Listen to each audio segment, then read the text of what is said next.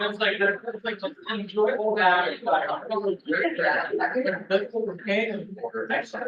So, now that I.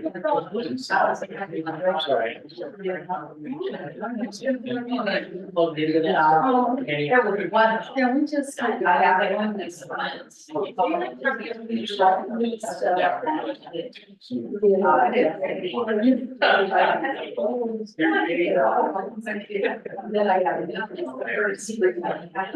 folks, I will go ahead and call this meeting to order. It is 7:01 p.m.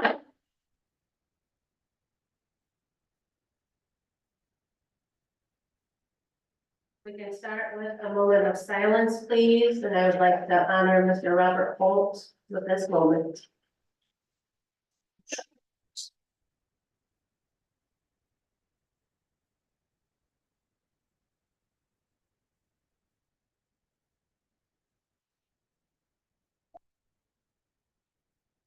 And we can stand for the pledge of allegiance.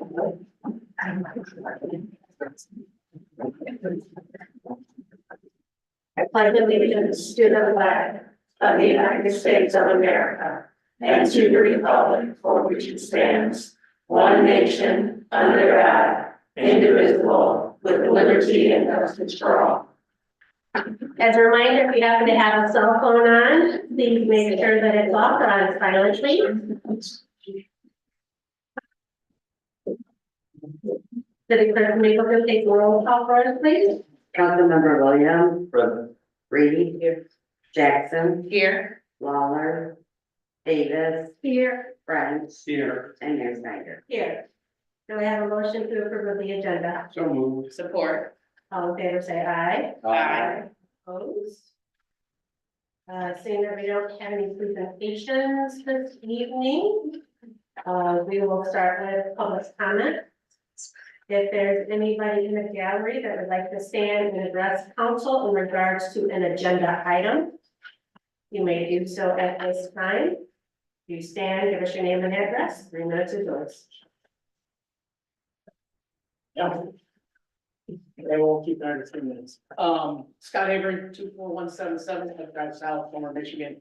So to continue with the question of the unhoused, I'd like to just offer a few ideas of what cities are doing, and they don't need to be, big cities. Now, my volunteer work is done almost exclusively in Kalamazoo, some in Battle Creek. However, what goes a very long way is a drop-in center. Drop-in centers, I'm not sure if everyone is aware of what those entail, but what they do is they offer a safe place for people to go with certain services available to them along the lines of having a shower, getting a sack lunch, but then also in conjunction with those very basic exigent needs, maybe especially in the wintertime, maybe warm coats and clothes.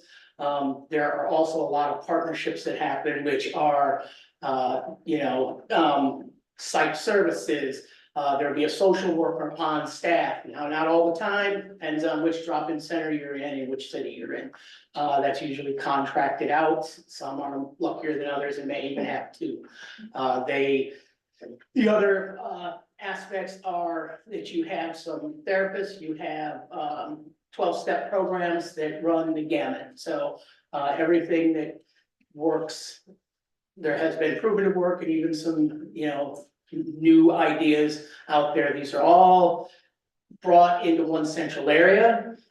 Generally, drop-ins are not, that I know of, are not at nighttime. Those are generally shelters that I'm not sure. When we say that part of that ordinance is that we take people to shelters, right? When that was brought up last month, it was under the guise of like, okay, well, we take them to Jackson or we take them to Battle Creek. I called Battle Creek, called the only men's shelter that's available now. They have 50 beds.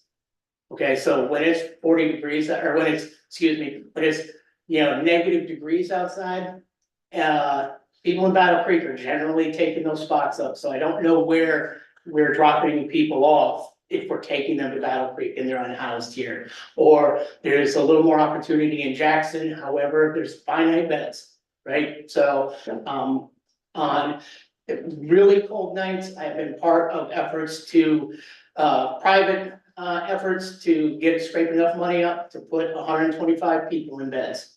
Very expensive, not just for the hotel, but it's also expensive for the people who are paying those fees. But if you're seeing that human suffering, if your goal is to eliminate or at least alleviate human suffering, that's, you know, a frontline ask that should be done. So, my time is done again, so thank you.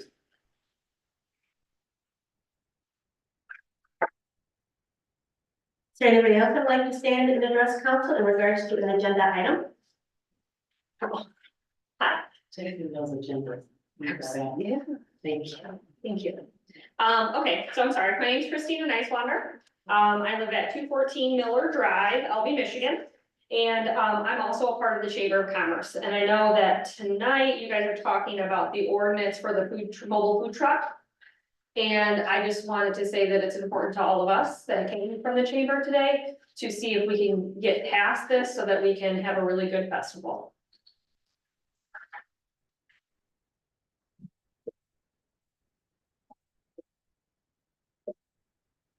Would anybody else like to stand and address it? Good evening, my name is Chrissy Vargo and I am here on behalf of MSU Extension for the Johnson County 4-H, also in regard to the waiver discussion tonight. We, or rather one of our 4-H clubs does operate a food trailer at Festival of the Works. And until today, they weren't actually aware that there were some policy changes. And we have a lot of concern about how that will impact our ability to operate the trailer this year. Mostly because we use a variety of volunteers, and if we have to pay for each one of those people to have a background check, that kind of negatively impacts their ability to make money to run their youth program. And also, it's a little bit redundant for us because Michigan State University does run background checks annually on every volunteer with 4-H and me as an employee every 6 months. So we are just here to say that we would support a change in that process because it is going to be prohibitive to us. Thank you.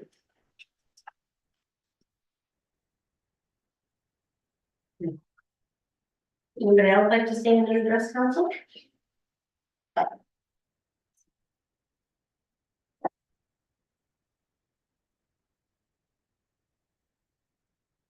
My name is Sherry Grace. I live at 812 North Grand Street, Albion, Michigan.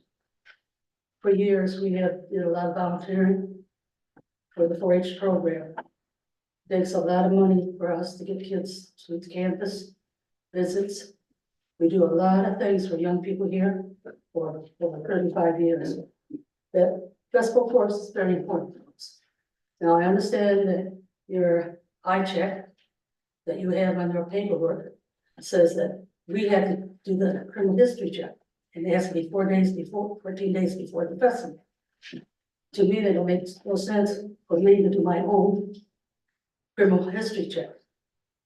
Because I could be anybody. I have a dad that's named John, and a brother that's named John, and John may be a criminal and his dad's not. It should be done by the Chamber of Commerce or you guys or something to make it professionally done. I see that there's a bunch of other charges coming up. But I remember about the festival, there was a thing called the melting pot. And that was a way for local people to get together and enjoy a day. And so, as I see it, as time goes on, it's getting harder and harder to raise funds for young people in this town. We don't have a hospital, we don't have a nursing home, we don't have a school. There's a lot of things we don't have. The festival's only one day, and I think it should be a lot easier on local people to be able to take part. We pay our $25 too and everything, but if we keep piling rules and rules on, and if you look at some of these rules, they're repetitive, they don't make any sense. Of course, we can show you our liability. And Michigan State has liability, we have all the stuff that is needed. But I just found out this was passed for 2022. And I went to Chamber of Commerce and they've been very helpful, but at the same time, we do a print down here. And, now we gotta run around, find our volunteers at the volunteer club, which work for the youth as they practice, making lemonade and taking money and stuff like that. So we're gonna have to do twice as much work just to be in this festival for us. And so I just wanted, you know, that my opinion is sometimes we make some things overdone. Thank you.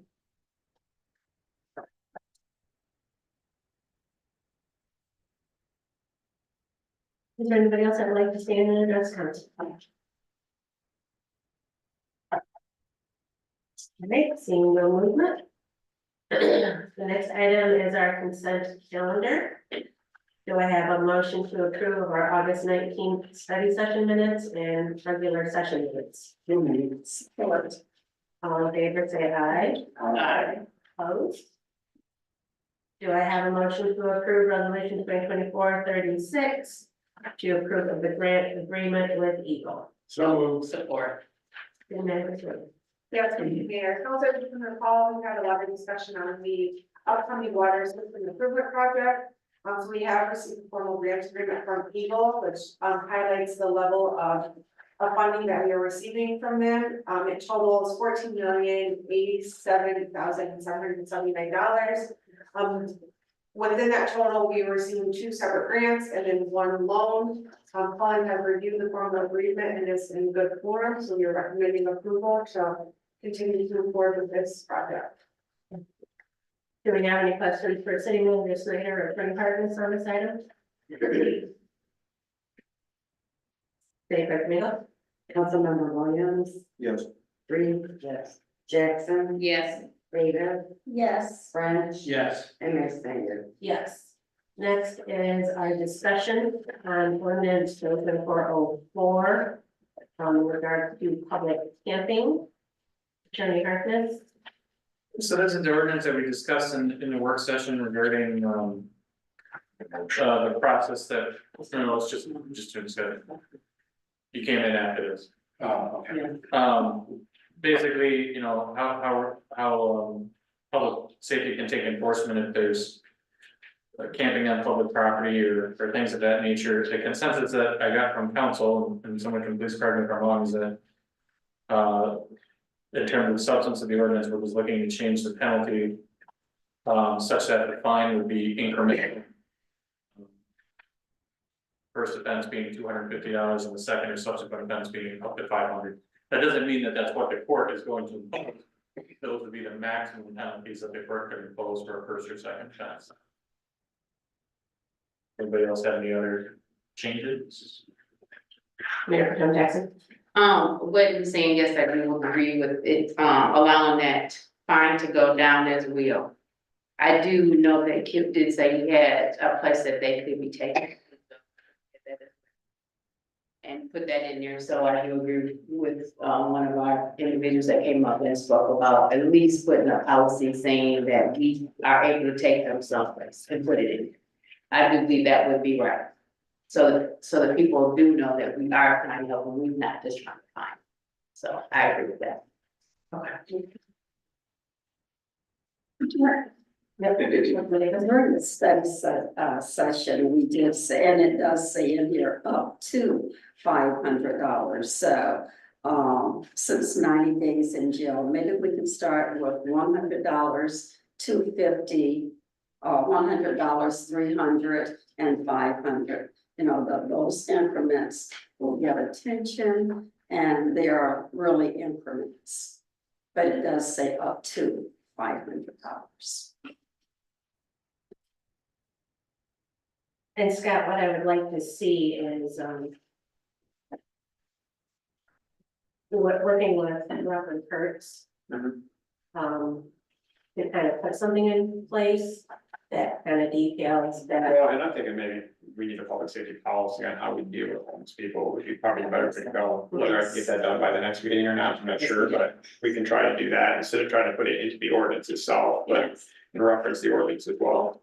I mean, and I'm not, again, even as low as a $50 fine for this, it's just basic, and if you're dealing with somebody who's homeless, $50 is a lot of money. They're not in. it. Right, yeah. Yeah. So, and then there's per coffee, food and so forth in those situations, so I don't. Like Colin said, it's up to $500 fine, most judges in these cases probably wouldn't even levy $50, if not 25, but obviously we can set that, so.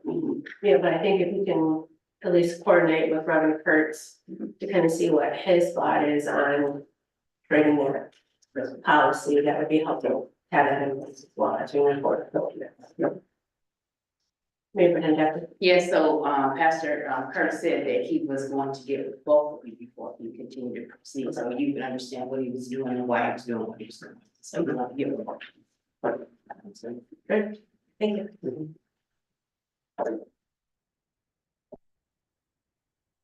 Next on the agenda is to excuse Councilwoman Waller's absence from the last meeting. So what ended up happening is that, oh, I'm sorry, yep, I have a motion to approve. So move, support. Let's keep it going. I gotta move with the support, so we can. So she had responded to the email that sent out the agenda. And that does not come from any one of us, that comes from the software system. So that notice didn't get to anybody's attention. She did text me right after the meeting, just to let me know, so that I was aware of what was going on with her work schedule. But, you know, Councilman Williams emailed us prior to the meeting, so we were aware of his absence. So like I said before, you all have my cell phone number. You can text me, call me, City Manager Snyder, just make us aware, because typically after 5 o'clock, I'm away from my computer and I'm driving back to town to get ready for the meeting. So if you don't text me, if it's after 5 o'clock and you're emailing me, I'm not getting that email because, as I said before, I don't have my city email on my phone. You need to text me, call me, or City Manager Snyder. Yes, Mayor Pro Tem Jackson. So you did see where she had, I don't know if it was an accident or whatever, and she did that to that email when you Yeah. applied that it doesn't reply. It was on the agenda at the top. Did you see where she emailed us, but it was in the wrong spot? Yeah, because she responded to the software email. Okay. Correct. Yeah. All right. So that's why we weren't made aware. So if you were all good with excusing that absence, Yes. you can go ahead and approve. Should be quick, Camino? Councilmember Jackson, Yes. Davis, Yes. French, Yeah. Williams, Yes. Reed, Yes. and Mayor Snyder. Yes. Do I have a motion to approve of the DPW carport building request? So moved. Support. Okay. So as I stated earlier, this is for the purchase of 4 carports, one for the cemetery, one for the street department, one for the water department, and one for the wastewater treatment plant. These are gonna be used to store equipment. Several of the items that we purchased recently are involved in those equipment that need to be stored, so. This is replacing a couple things that are falling down, that are in need of great repair, that this is gonna be a cheaper way of doing it than it would be to build a new structure or repair the structure that's there, so. Any questions? So you're just gonna get 5? Not that I heard. I need one, that'd be Right. good. Any questions for Chief Jeff on this approval? Yeah, I see that Jolly Green Junction is resource that you are using. Do they have any input or any, are they going to receive anything from the purchase, you know, in terms of? Yeah, I'm sure part of the sale cost goes to them because they're the distributor for the company that's that we're actually buying them from, so they would get something out of that, but. Jason reviewed that and looked at other sources as well and felt that we want the best deal that we could get, and it's always good to be able to apply for. Yes. Get a supplier from the local area. I very much in agreement, and if that, you know, hopefully something like that will happen out first, seeing it going to her, then, you know, someplace else. Any other questions or comments? City Clerk Domingo? Councilmember Davis, Yes. French. Yes. Williams, Yes. Reed, Yes. Jackson, Yes. and Mayor Snyder. Yes. Next, do I have a motion to approve the city manager participating in the EDC investigation? So move. Support. City Manager Snyder? Yes, thank you, Mayor. Councilor, you can recall you approved to do, an outside investigation into the termination of, the EDC CEO and president. That attorney, she did contact me, while I was off on leave. And I just wanted, to talking with Attorney Harkness to bring it to your attention, because when you guys made the motion to move forward with the investigation, I know there were several members on council who did not want myself or Attorney Harkness participating in that investigation. So, I did not want to meet with him unless you all feel that you would like me to do so. So I did inform her that I would bring it to council, let her know what the motion was. So it's just up to you if you guys would like for me to participate in that investigation or not. So, as I emailed you, and you let me know that they had to ask, they needed to ask some questions. Yep. For this investigation, so the investigation is still going on and they truly need to hear some information from you. I'll say that it's okay. I would not oppose. I won't oppose it. I didn't see a problem with it in the beginning, so, yeah, I'm good.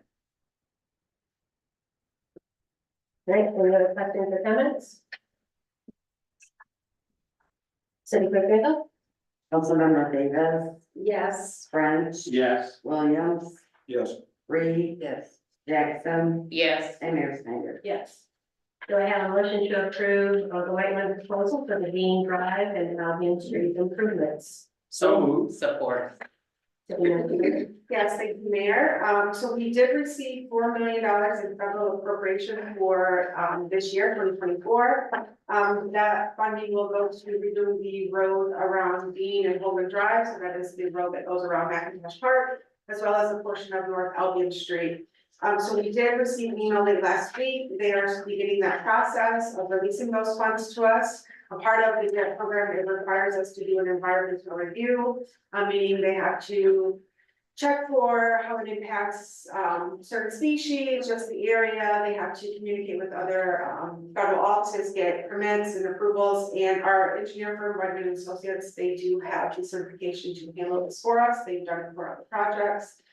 So they did provide us with a proposal to complete this work, for $15,000. This is reimbursable through the grant funding that we're getting for this project, so we will pay it, but then we will be reimbursed once we receive the grant funds, so. You're recommending approval so that we get started on this project. Any questions or comments for City Manager Snyder? City Clerk Domingo? Councilmember French, Yeah. Williams, Yes. Reed, Yes. Jackson, Yes. Davis, Yes. and Mayor Snyder. Yes. Next is our discussion of the mobile food permit waiver. So I'm not sure, is this a action item? It's a discussion / approval. I don't see any information on the food truck though. So, I did bring, this up. And I brought it to our attention because I believe that is a hindrance to the festival. And with that being said, I did call, partners. Can you, explain what is taking place in that ordinance? Or do I need to ask the city per se, who is not following what was in the ordinance and decided to do the waiver and then now it's not being waived? I could say both ways, but that's what I'm understanding. So that's why you explain what's in there. So back in 2022, I believe it was, at the time, Ian, who was the planning director, worked with my office and brought this forward. We had at the time some vendors operating in the city doing mobile food trucks that really didn't fit into the existing ordinances that we had. We had one from sidewalk cafes, and we had something that was right, but nothing really addressed mobile food vending. We were starting to have more and more of them. So that's when we crafted the ordinance that now requires a permit to operate a mobile food vending unit within the city. Basically, there's, you can get one that's valid for a year, you can get a temporary one that's for 7 days. There's an application process that requires driver's license, information on the applicant, copies of the health department licenses and permits, copies of general liability. Does require a background check conducted via iChat, which is basically the Michigan State Police report, and turning that over. There's some other requirements about distances, not kind of the obvious one is operating in certain zoning districts, not setting up a mobile food vending unit basically outside every restaurant so that you're not detracting from a regular restaurant. So I spoke with Councilman Jackson this morning, and she asked me the question about, doing the waiver, and I'll say the way that the ordinance is set up is it doesn't have a mechanism for just waiving enforcement of the ordinance. I mean, we could certainly add one. I mean, we could say, this will not apply to mobile food vending units operating during Festival of Forks or some other large community event. I mean, we could identify those and we can add that. But I mean, as it sits right now, it doesn't have a provision to just say, well, we won't make you follow this. And the city manager can speak a little bit more to this. The council did just adjust and I can't remember when we did it, but adjusted the fees for the temporary mobile food vending. We did, city council back in May, I believe you guys amended the current fee schedule to kind of go along with Festival of the Forks. We added a weekend permit, before we did a day permit or a year permit. We added the weekend permit, I believe it's $10 for residents and then $15 for non-residents. So if someone is looking to operate a food truck during the weekend, whether it be during the Festival of the Forks or just any weekend, they can apply for that permit and pay the lower fee for that permit.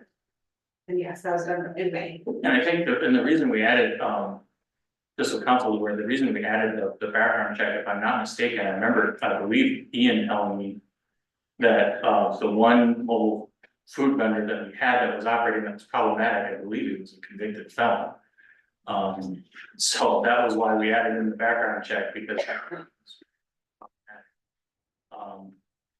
so happy to answer any questions. I got a question about that. So if a felon did apply, they wouldn't be denied because they were a felon, right? Depends on what the felony is and where they're seeking to operate. So like, by way of example, if someone's a convicted sex offender, Right. they can only, there's certain restrictions associated with that.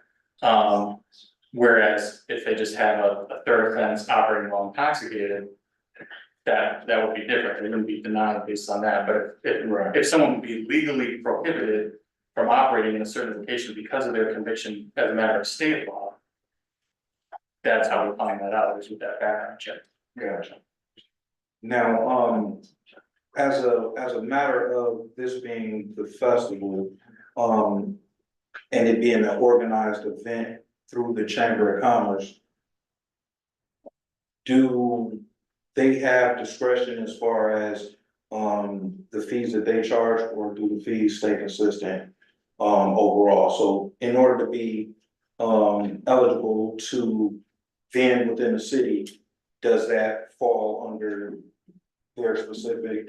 I know we had this conversation quite a bit, but we got people in the room that weren't here during the art event or the other vending events that we had discussed earlier this year. So the fees to operate within the city are set by council by resolution. Yeah.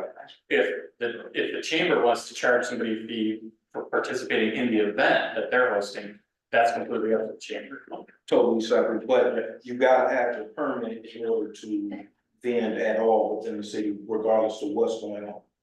As the way that the ordinance is set up right now, yes. Yeah, okay. To operate a food truck.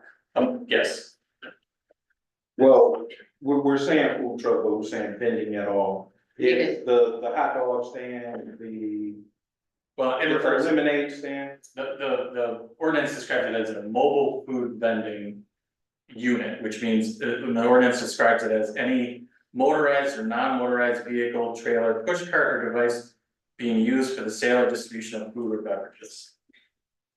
push cart, motor vehicle.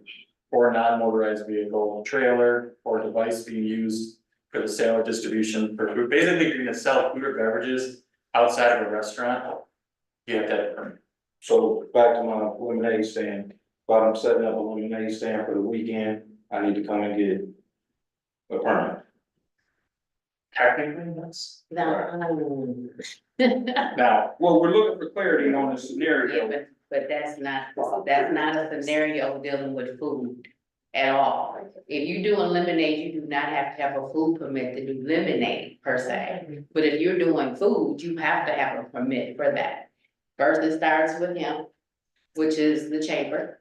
After the chamber, he has taken that money from them. Then you have to get in contact with the state, with the food. And then they give you that food permit, but not for just lemonade. Right. Okay, so Well, my setup was the lemonade stand, but I understand, but I'm just. we're selling sandwiches Yes. at the, If you, there you go. at the stands. So if I'm selling sandwiches, I need a permit. Okay. Right.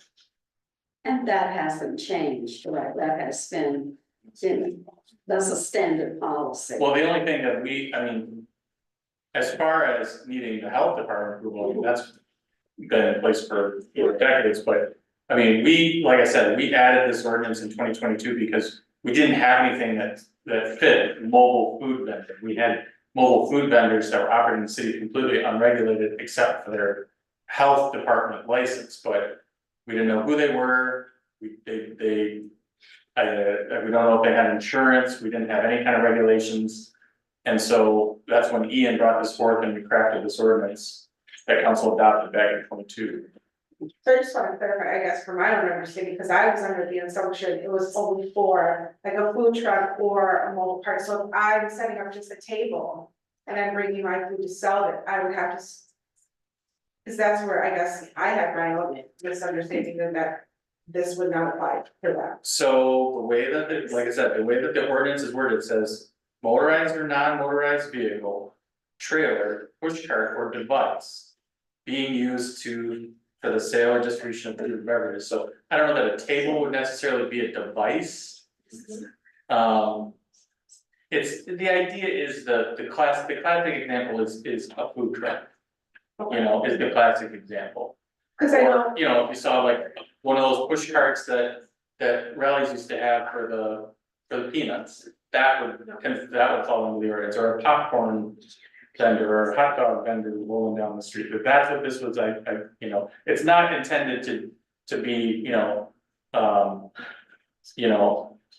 Joe and Sally, 10-year-old setting up their lemonade stand over on Cass Street. It's intended for the people that are generating, trying to generate money off of food sales, as a business. because I know, I mean, we have a lot of vendors who attend or participate in the festival who don't have actual carts. But they have rented a booth or stuff, they have tables and they have their food set up there, and so when talking with the chamber, for my interpretation of the ordinance, that would not apply to them, because. Excuse me, they don't actually have a mobile unit that they're selling at. That it was only a food truck or a trailer or things like that. Cause I think that's a lot of the confusion that we have going on. Mayor, I know we don't normally do this, but to get clarity, we do have the chamber. Can he say at least a couple words of what he's having a problem with? So that we can get down to the bottom of this and not continue to go round and round. Billy, Billy, are you comfortable with that? can you? Thank you. Good evening, Billy Beers, 403 South Superior Street. I am the president of the Greater Albion Chamber of Commerce. I appreciate you taking the time to bring this forward once again and have the discussion. Since I was hired in at the chamber, which was in 2022, I have been working with the city, one, to get clarity, but also hoping that we may be able to, not just for Festival of the Forks, but we have a lot of amazing events that take place in Albion and the greater Albion area. So I would like us to not create unnecessary maybe challenges for our food vendors. Our food vendors, when it comes to the festival, they have the most invested into being a vendor at the festival. They do have to work with the health department. There is additional charges that come along with that. And for the first 2 years that I was here, it was, we're not going to enforce that. And so this year though, as we worked with the city, it was, we have to implement this ordinance and everybody needs to participate. And so we updated our applications for our food truck vendor applications for the festival, and on the back of it, it's in bold, that new 2024. That there is an ordinance, the mobile food vending permit with the city of Albion. We updated our website, so on our website where applications are, you have for food vendors only, and in years past, it had the health department information, the application that they needed. For that, it now includes the city of Albion mobile food vending permit as well, because now there are two aspects that our food vendors have to work through on that. As this was brought, our visitor event specialist had updated the application. When the applications were sent out, communicated there's some changes. He's been sending reminder emails out. The city had promoted on social media the change this year. And so we made sure to get that onto Festival of the Forks social media page as well, because we want to do what we need to be doing. You know, we want to be good stewards of working with the city. And so we've done that, but what we've come up to now is, you know, there's a roadblock here, and when it was implemented and it was $30 or $45, I went back to this city and was like, well, why are food vendors paying a 7-day permit when they're coming in for a 2-day festival? And I was very grateful, you heard the chamber's voice on that, and you did make that change to bring it back down to a 2-day permit. But then what I believe is being brought up here is there's more, when you dive into that permit, there's more in there, and that criminal background check and stuff has come up more so than the $10. So I think sometimes we get focused on that fee, but there's a bigger picture with it. And Festival of the Forks, it's the community's festivals. I don't want to have us create more roadblocks and stuff for it. We manage over 120 vendors.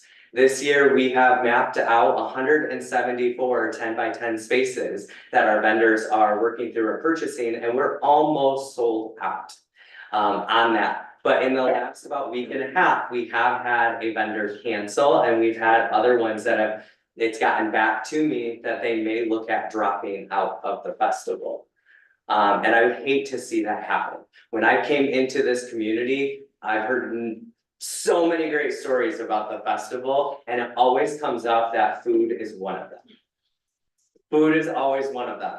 And so there's a way that we can work together to be able to make this process easier and not create more obstacles to encourage our vendors. I understand the permit and stuff. I do not want to see a food truck pull up on a regular Tuesday and park in front of one of our restaurants, and as people are going into one of our brick and mortars, they're pulling that attention away from them.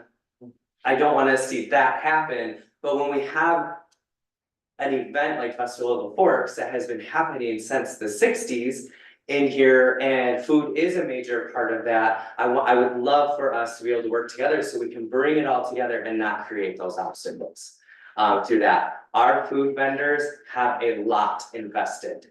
All of our vendors have an investment into it, but there is more that our food vendors have to do with a health department than another artist or exhibitor.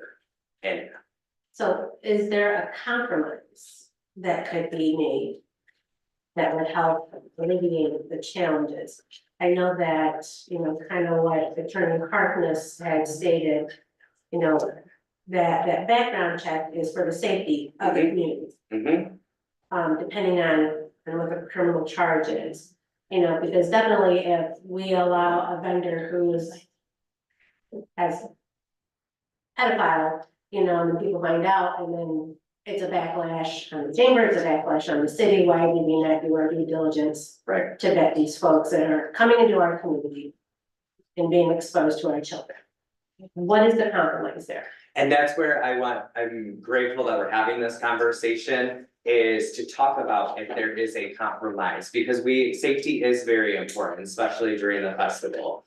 And an event that is of that scale through there and stuff, so that's where I want us to continue these conversations and see how do we move forward, you know, like what are some ways that we can look at it to keep safety at a top priority, but then also to be able to maintain our food vendors that want to take part in it. So is it challenge the cost or is it challenge the process? I think it's the process. I think having more clarity, there's a lot of gray area in here. I think there's, as I've sat back and listened, there's different ideas of this permit and what it entails for. And so as I worked with the city, as we work with the health department, that when we have 2 applications for festival. We have an artist and an exhibitor application, and we have a food vendor and a food truck application. And so what we do is for like the health department, we will go through those food vendor and food truck applications, and we work with the health department on who those vendors are. And that is what our idea was of working with the city on the new permit, is here are the vendors that we have that have applied to be a food vendor and a food truck through that. And then as this process over the last week has come to fruition, is when we're seeing the policy and what it entails within the permit. So I don't know if there's any other further discussion on that. I don't feel it is the $10, like the fee portion itself. And I'm very grateful for council's discussions and stuff, because you have heard, like as I've worked with the city and stuff, and when we were told that yes, this is to be implemented this year, and I came back and I was like, but our vendors are paying a 7-day permit for a 2-day festival, and you talked about it and you came up with a compromise and we moved forward. So, Attorney Harkness. So one of the things that I mentioned to Councilwoman Jackson when I spoke to her this morning is I said, you know, I mean, it's possible that we could, you know, amend the ordinance to say, okay, well, we're waiving the application fee for like specific events, like Festival of Ports, or, you know, we could build into the ordinance of the ability to do that, say by, if council so chooses by resolution or something like that, something that we could easily adopt at a meeting. You know, there's a fee associated with those I-check background checks. It's not a fee that we control, the state police set the fee. The reason we have them do the I-check is because we can't run them, we can't have public safety run their background check. So the next best thing is to use the state police to run a public background check and I-check, but they do charge for it. Here's the problematic thing for this year's festival with the ordinance, is we can amend the ordinance, but we have a first reading, a second reading, and then per the Home Rule City Act, there has to be a minimum of at least 20 days waiting period before it becomes effective. City has always done 30. So even if we amend it at the next meeting, it won't be in effect for this year's festival. That's the kind of sticky wicket here. I mean, we can certainly amend that, and there's a lot of different things we can do. And I'm happy to do whatever council wants to do, but that's kind of the logistical issue for this year. Councilman Williams. Yeah, thank you. To Billy's point, what I heard was a lot of misconception about what the overall, what the ordinance was stating. So we have people that are under the assumption that if they have 5 people working at their, working under their umbrella, that each of those people have to have the check.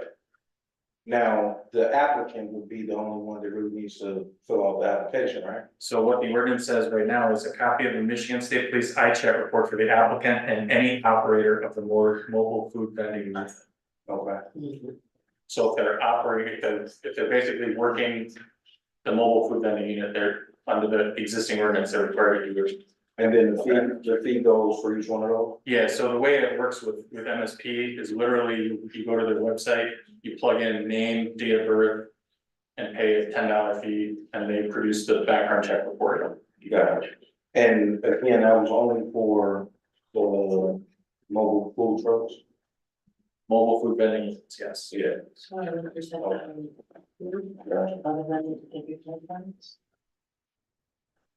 Alright, so I imagine you still need some clarity on mobile vending units, so, those present can figure out who is actually a mobile vending unit, and then who's not, and then everyone that's not selling food, they understand that this doesn't apply to them.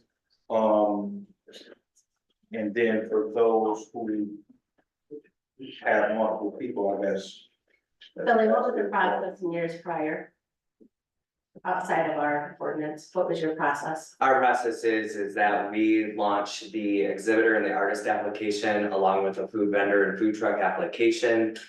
They fill out the application for us, and then for the food vendors, we work very closely. We start working and having conversations early in the year with the health department. To see if there's been any changes on the health department side that we need to know. We like to have hard copies of their application. So if a food vendor or a food truck comes into the chamber, we can give them a hard copy along with like contact information of who is our contact with the county. So if they have specific questions, they can go right to the source and get those answers and work directly with them. With this process, there's some inconsistencies throughout it. The other, I think another area of concern is the inconsistencies on who needs to implement it and who doesn't. You know, so there are other events in the community that have taken place, and you know, when the city reached out to the chamber and this is what we need to do and this is how we need to do it this year, we took action and we made sure that we got that information ready. So before, when our applications were launched in April, we made sure we had the link for the mobile food vending permit ready to go for our website. So those applications went live, the health department link went live, and so did the city's mobile food vending permit went live on it. And then we've been upholding that, and our visitor event specialist has had many one-on-one conversations with our food vendors. Every time somebody come up with an application, he would talk about it like there is a new city ordinance and permit on here that we need you to be aware of, because we don't want to come up to this close to festival and there's confusion. Then there's also confusion because like our food vendors, they do other events in the community. They support other events. Our community looks forward to seeing them at other events. They're staples in our community, but they haven't been asked always to do this at other events. And so then that has put the Chamber and the Visitors Bureau in a difficult position as well. Do that. So I think there also the consistency, the clarity of the city ordinance and the permit, the process of what that entails, the who are you contacting if you have questions? How can the chamber be your advocate then? So when a food vendor does come to us, as we work with the health department, is who do you want us directly connecting them with, that any concerns they have, any questions they have, we can, here's your point person. When I do a referral, I like to send that referral to the person I work one-on-one. I want to get you right to that person. So I think they're just getting that clarity, the consistency. If we're asking one organization to uphold this, that any group or organization that's planning within the city, that we are all on that same page. Because if one's not and one is, that creates confusion and distrust throughout it, and that's not what we want. You know, we're trying to build like these amazing events, and we have, we have 2 full-time staff members at the chamber, and we are working around the clock, especially in September, on getting the festival up and running for September 20th. And this is our time where we are logistically getting everything set, ready to go, so that our community can come down and enjoy the festival. But because there's confusion and there's gray areas and there hasn't been consistency, we're running into a roadblock. We are also running into that roadblock. And so when I look at compromises and stuff, I think it's just really working together more on what everything is and how can we help communicate the information better.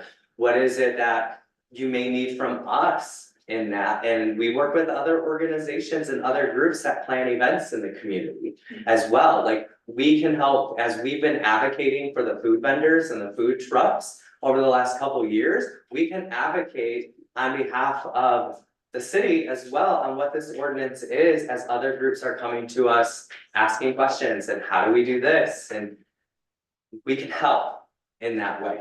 And that's what I would like to see us do as we move forward again. And I'm not saying that you haven't. You have heard as I come. I have been sharing this from when I learned about it, when I came on, and it has been my worry that we may get to that point where we're losing our food vendors, our food trucks, whether it's a mobile food truck itself, or it's a food vendor that is setting up their 10 by 10 tent, and their table with their food. And so if we can just get over those and get the consistency, what are those policies, tighten everything up, we can move forward stronger. So I was just gonna say to kind of closure on this, so I appreciate the healthy discussion, and understanding the inconsistencies that have been happening since the resolution was passed in 2022. And we definitely don't want to put up any barriers for a local festival. So I'm wondering if we can get a general consensus that we allow the chamber to work with Chief Kip and the city manager to come up with a compromise for this festival, and then we'll work on moving forward with the resolution to help alleviate this in the future. Because I think the biggest point that you're trying to drive home is who is policing the process. Correct. And fairness to everyone involved in the vendors. Yeah. So you never say. Yeah, that was a conversation that Chief Gibb and I had just the other day. How do we enforce this? If we have an ordinance on the books, we have to have a process in place to actually enforce the ordinance, because if you're not enforcing it, it's what's the point of having it? So I know citizens, we need to do a better job at enforcing it and making sure that people are abiding by it. I know when the Arts Commission, they had their event, they were provided with the same information that the chamber was. And I know Mary Slater did a good job at spreading the word that there is a new fee. But I know we've had other events and festivals that have taken place where people have not applied and followed that process, even though it's been out there that we now have this in place. You do have to contact, or applications are submitted through the clerk's office, and I don't believe we've received any so far for the upcoming event. But I know that is one area that we do need to improve, is coming up with a way to actually enforce it, because we don't want to just enforce it for your festival. We know we have other events that people are not following the process as well. Right. So are we good as a council and allowing Chief Kip and city manager Snyder to work with the chamber? I would support that. Support. Yes, ma'am. Okay. Yeah, I mean, whatever council, whatever changes either the city manager, chief kip, or council want me to make in the ordinance, I'm happy to work with them to come up with an amended ordinance. My other question on that is, what does that mean? I don't know what we're saying here there. That's why I asked. Yeah, because if we're making exceptions to the rules, we can't really make exceptions to the rules. Only the council can make exceptions to the rules, and I don't know if we can make an So exception to the rules. Well, I think what I'm hearing, if I'm not mistaken, is that is that they're looking for the city manager and the chief, possibly myself, to come up with maybe recommended changes to the ordinance. I don't disagree with that, but what do we do about this festival, is my Yes. question. So. That's- I mean, and I understand their concerns about background checks, the point of this ordinance was for the food truck that's parked on the street during the day, not a festival. If we were concerned about background checks for the festival, then I need background checks on all carnival workers, I need background checks on all the other vendors that are down there. That's not the point for the festival, and the background check isn't a big deal for me that. I have no problem waiving the background checks for that, but I don't know if we can just do that as a council or not, again. It doesn't make any difference to me, but what I just heard is, we go to Chief Kip, and I had no idea what the hell you're talking about. Go back We to, have a conversation with the three of you, or possibly the four of you, to make sure that there's no barriers, but then, you know, we have a possible Well, solution. so we gotta make. what you have is, I mean, here's just so we're clear here. What you have on the books is an adopted ordinance. So the only way to modify that adopted ordinance is with another ordinance. You're not gonna be able to do another ordinance in time for the festival. Cause you need to change it, and then you need 2 readings followed by 30 days. The only thing that I think you can do in time for the festival is you could suspend the application fee by just doing a resolution at your next meeting to suspend it for this particular year. But, I mean, the rest of the requirements. So that's, and Chief Kip brings up a good point too, like this is focused on our food vendors, and we have a multitude of other vendors between artists, exhibitors, and volunteers in the carnival, the petting zoo. You know, we have live art that we've hired that's coming in this year and stuff, to where why is the background checks and stuff only being focused on for food vendors? When we have so many other vendors, and it takes the whole community to put on this festival. Like there's so many moving aspects to this. Can Something to. can they waive the background check part? Colin? You can't, there's nothing built into the ordinance to waive any part of it, that's the problem. I mean, we can add something where there were, you know, you could waive it, but I mean, we didn't write it that way because we didn't anticipate. Randomly waiving it, I mean, I don't, and I'm sorry, Billy, Yes. I'm sorry. Yeah, I don't disagree with you saying, I mean, I do think all vendors in the city should probably follow a background check process. Not just, you know, food vendors, but. You know, this is the emergency we have in front of us tonight, so. I'm just telling you what we can legally do. I mean, if you want to suspend the application fees for this year, we can do that, because that's a simple change by resolution. But, you know, even if I present you with a new ordinance at your next meeting, you don't have time to amend it in time and for it to be effective for this year's festival. Yeah, based on the conversation, I don't think it's the fee that's causing. No, it's So can they suspend the background check? Well, in the case of the larger vehicle, it was because everybody in there would have to do it. No, like our fee, they would just have to pay like the $10 or $15. That is, the state fee for the background check. So, Mayor Pro Tem Johnson. Attorney Harkness. Yes, So when you say. Basically waive the application fee, right? So if I don't fill out an application. You don't have to do a background check. well, if you don't fill out an application, it's a violation of the ordinance and it's a $250 fine. So I'm saying that's not what we asking for. Well, I understand, I'm just telling you But what, I'm trying to see how you're trying to get around that so that he understands that what we don't want to do for the individuals. Far as getting a background check. When you're saying that you're trying to tell us it's really nothing, I'm questioning. well, I mean, so. Right now, your existing ordinance requires a background check. It requires it for the applicant and anybody operating the mobile food truck. So basically, that's. People that are, you know, think of it, the classic example of the people that are waiting on people at the mobile food vending unit, you know, taking orders, doling out the food. You can change that, but we'd have to amend the ordinance. And like I said, I mean, we need 2 readings and then followed by 30 days for it to be effective. You know, and I'm happy to do that, if that's what council wants to do, but I mean, that's Still doesn't fix. that's what we're required to do by charter and Homo City.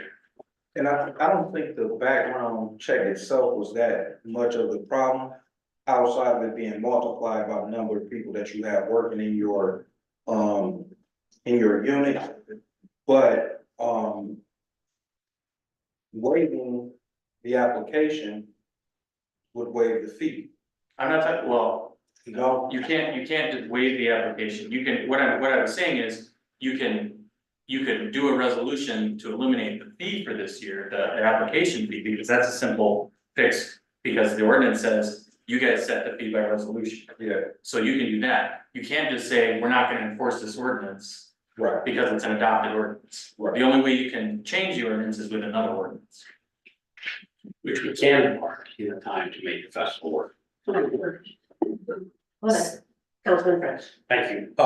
Not wanting to bring this conversation even further, but I would highly recommend everybody watch the documentary on Albion Kitchen, which tells the story of incarcerated men at Lakeland Correctional Facility in Coldwater being rehabilitated through food and food cooking. So I'm questioning if we've had incidents where convicted felons have created problems in our city when they were vending during our festival, I would be concerned. But I don't think we have that. And so what I worry about is that the fact that someone has been convicted of a felony precludes them from ever serving food in the city of Albion and a food truck. I have a problem with that because I think rehabilitated individuals have a lot to offer our society. And just because they're convicted felons should not impact that. And it, We don't have our ordinance worded. It's not worded such that if you do a background check and there's a felony, you're disqualified from getting a permit. The purpose of the background check is to make sure they don't have a felony that under state law would preclude them from, say, you know, if this was set up near a school or, you know, something like that, where they would be prohibited from operating. But we don't know unless you check. Mayor, what? Okay, Mayor Potential. So I'm looking at you, Kip, right now. Alright, so Kip, so we can go, can you please, you as city manager and him, get together to do something to take care of this matter that you know you can do? Cause we're giving you the okay to do it, and you're gonna say again, what did we give you the okay to do? You already know. No, yeah, because that is, we already know. You guys already done it before, so. And that's not doing anything illegal. Okay, I think so. Background check seems to be a stumbling block. Okay, are there vendors now? Is that a typical kind of thing that happens now? Do most vendors have some kind of background check that would satisfy this portion of it, or is not required by the state? To my knowledge. It's not, so if it's not required by the state, why are we, but I know we can't do anything now. But that may be something, as you all are working together, that may be something to be taken out. So, kind of close this up. Yeah. You say you're almost at capacity, right, for this year? Almost, yes. Okay, so. I am nervous that we will be losing, but it's. Okay, so, but what I was gonna say is, can you give us until next meeting? To come up with an answer? What you said that we may I think in the meantime, might as well, you should get them, Yeah. figure out. Something. Alright, sounds good. All right, Thank you. thank you. Thank It is Friday, September 20th, and Saturday, September 21st. I mean, what I will say to council is also, you know, we have permits for peddlers, solicitors, transient merchants, we've had that forever. You know, that one we required a statement of whether or not, you know, they've been convicted of certain things and asked for the details on it. You know, the problem is somebody can write whatever they want, but I mean, it's in the same vein as a background check. Oh, apparently according to the clerk, the city does background checks for the transient merchants, so I mean, apparently for all permits. In the city, we do the background check, so it's not, I guess, something new that we're doing.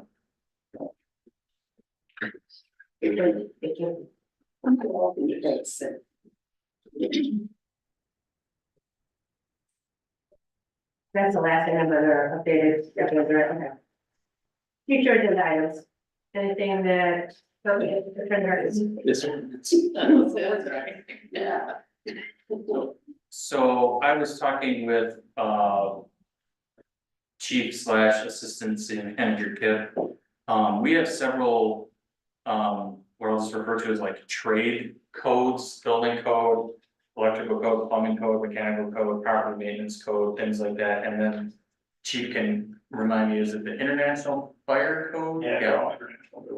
So, there's actually spots in the ordinance, in our ordinances that refer to the old fire code, like, that we haven't used in as long as I've been city attorney. So we need to update that to adopt the more recent version of that. All of the rest of the codes, particularly the property maintenance code, they get readopted every 3 years. So we'll be bringing that to you in a series of ordinances to adopt the most recent versions of those. Because they are, they're getting updated every couple of years, and we just need to stay current with our ordinance adoption of them.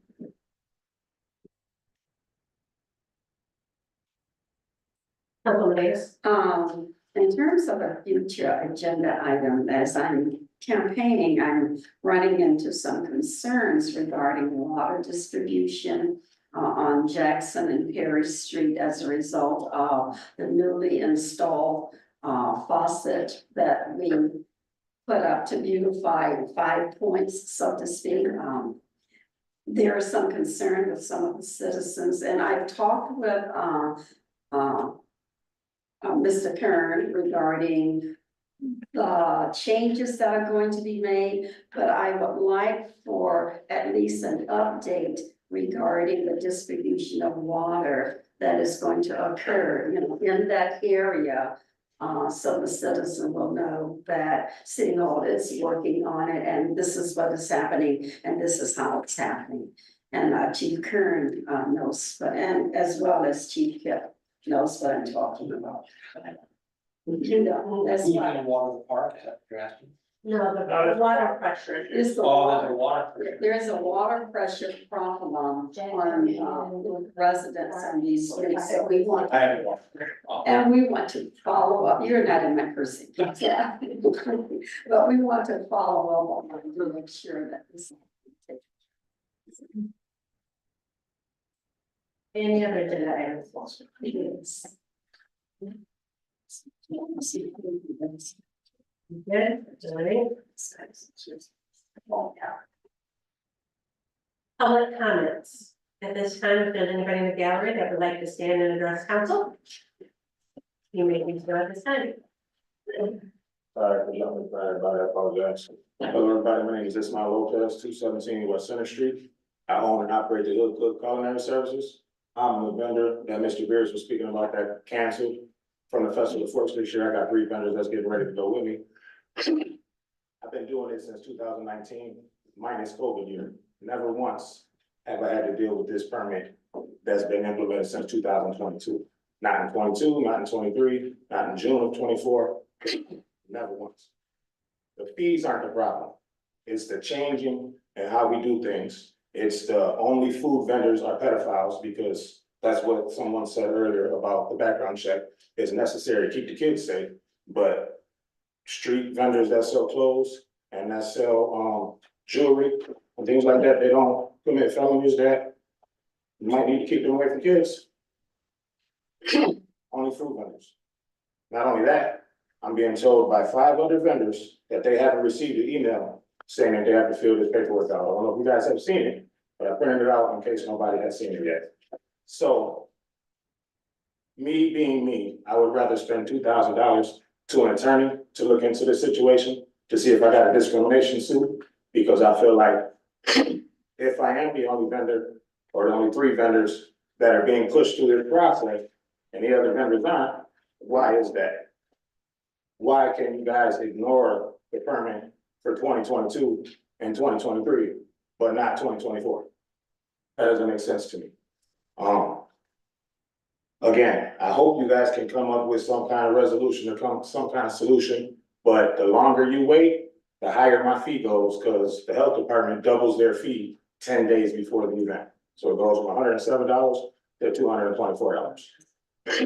Not only that, I don't know who doesn't know what's going on, but nobody knows what's going on and how we're supposed to do this. Not you, not you, not you, not them, not him.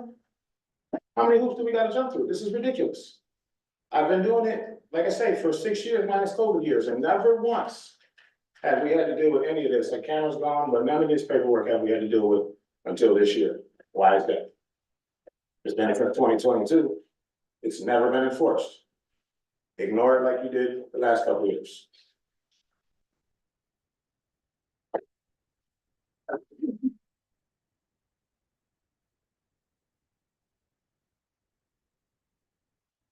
Trustee Bargo, for Mr. Extension again, and I am also a little confused moving forward, you know, listening to the entire conversation.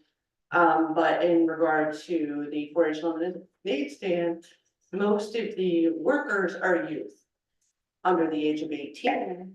And they work in this to help pay for their program. Obviously, there are valuable job skills they're learning and things like that, but I don't necessarily think it's appropriate to, or possibly even not even legal, to run background checks on kids just so they can sell lemonade to pay for summer camp. Just seems a little weird. And then I would also question, since we do eye checks on our adult volunteers, do I need to make my adult volunteers, including myself, pay when Michigan State already is paying for it? And can I just print those off and use those? But, you know, that's a question that I would ask you guys to consider. Thank you.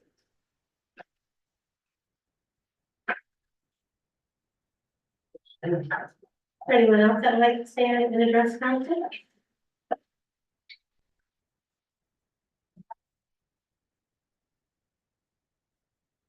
Seeing no movement, city manager report. Thank you, Mayor. I don't have a formal report. I just would like to say thank you to Chief Kip and other members of my team for kind of stepping up and keeping things moving while I was off on leave, and I have to let you know before going off on leave.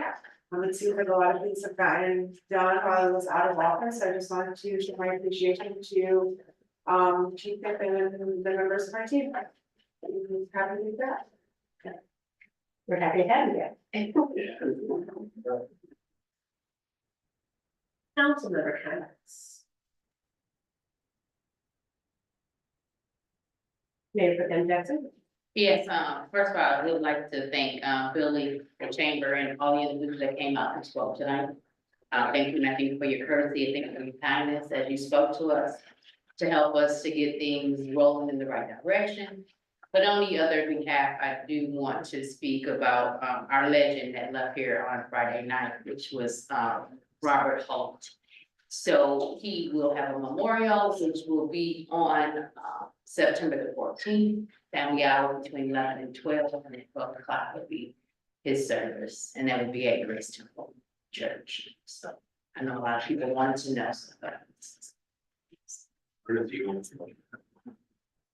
thank you. Where's the going? The church has a dad or and there's a quiet then on both sides. Belgian Hall too, right? Yes. Councilman Davis. Councilman Fields. Thank you, Mayor.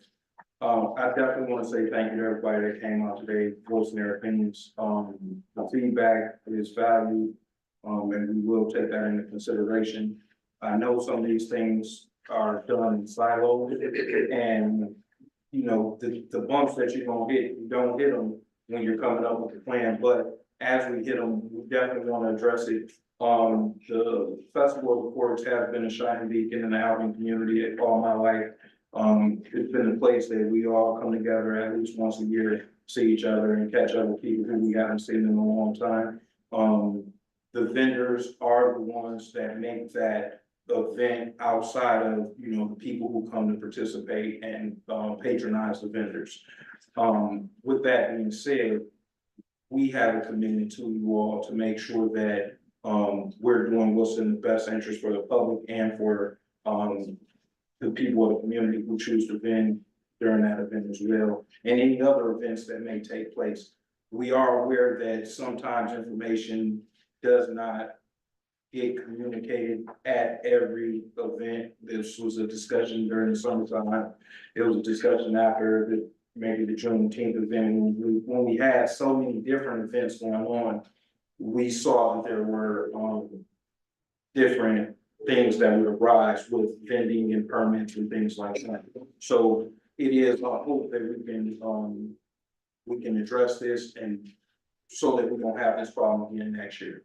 So thank you all for coming out, and please reach out to us when you have an issue so that we can get it addressed. I know Mayor Pro Tem Jackson put it on the agenda so that we can discuss it openly. And thank you all for taking the time to come on.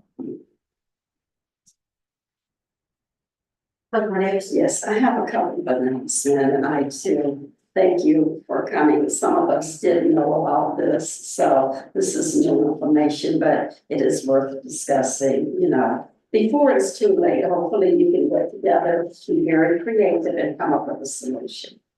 I would like to announce that there is a church in Albion that's 106 years old, same as Mr. Holt, in terms of one of the cornerstones in the Albion community regarding celebrating and heritage, especially in the African American community. Bethel Baptist Church is celebrating their 106th anniversary on the 15th of September. So the public is welcome to attend.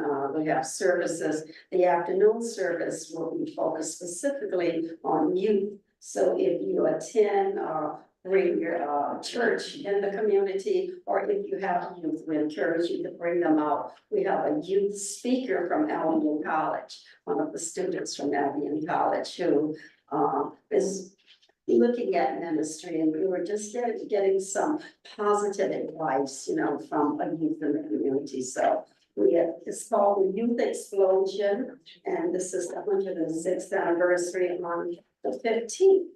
And I thought Billy was going to remember to do this, but I know his issue is a lot bigger than what we're doing now. But we're having a candidates forum. It's going to be on September 26th. At 6 o'clock, we're asking the school board members to come and talk about their platforms. And at 7 o'clock, city council candidates can come and talk. And it's going to be at the Opportunity School, what was called the media library, but it's the community room at Washington Gardner. So. Not Washington Gardner, but up at Marshall Opportunity School, community room, which is the old library on the 26th, starting at 6 o'clock. And from 6 o'clock to 7 will be the school board candidates, and then at 7, city council candidates. So just as a reminder, on September 7th, Saturday the 7th, there's a community-wide cleanup to prepare for the Festival of the Forts. Albion College Center for the Environment is spearheading this initiative, so they are hoping to get early volunteers at a couple of hours in the morning, but definitely something to spruce up our community before we get inundated with thousands of visitors. And it's always very much appreciated for those who do step up and help serve. Any other comments? Do I have a motion to excuse Councilwoman Long? So support. All in favor, say aye. Aye. Opposed? Do I have a motion to adjourn? So move. Support. All in favor, say aye. Aye. Opposed? Meeting adjourned, 8:20 p.m.